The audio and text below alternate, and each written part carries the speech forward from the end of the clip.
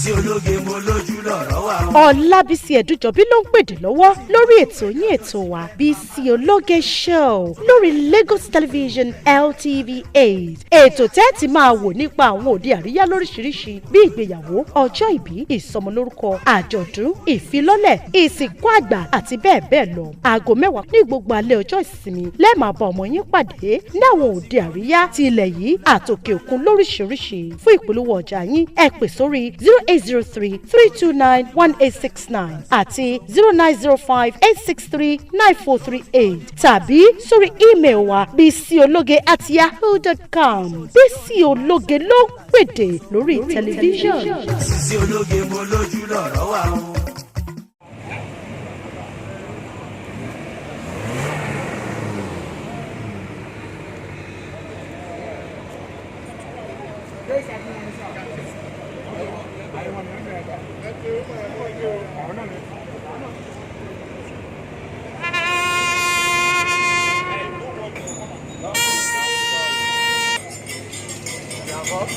On it.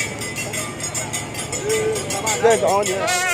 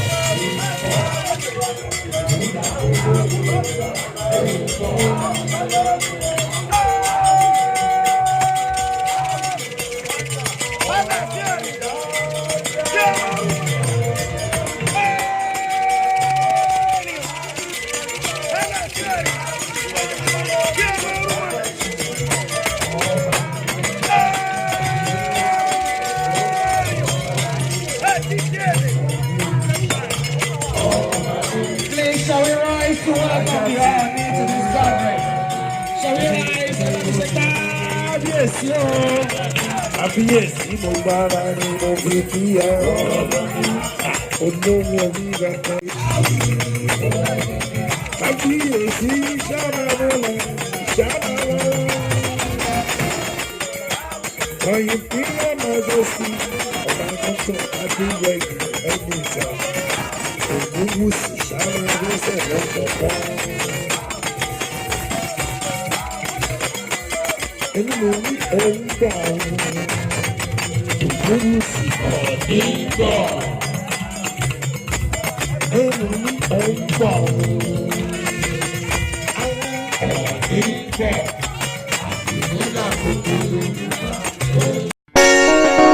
Orúkọ tèmi ni Ṣeun Ọlágúnjú, oníròyìn tó mòye.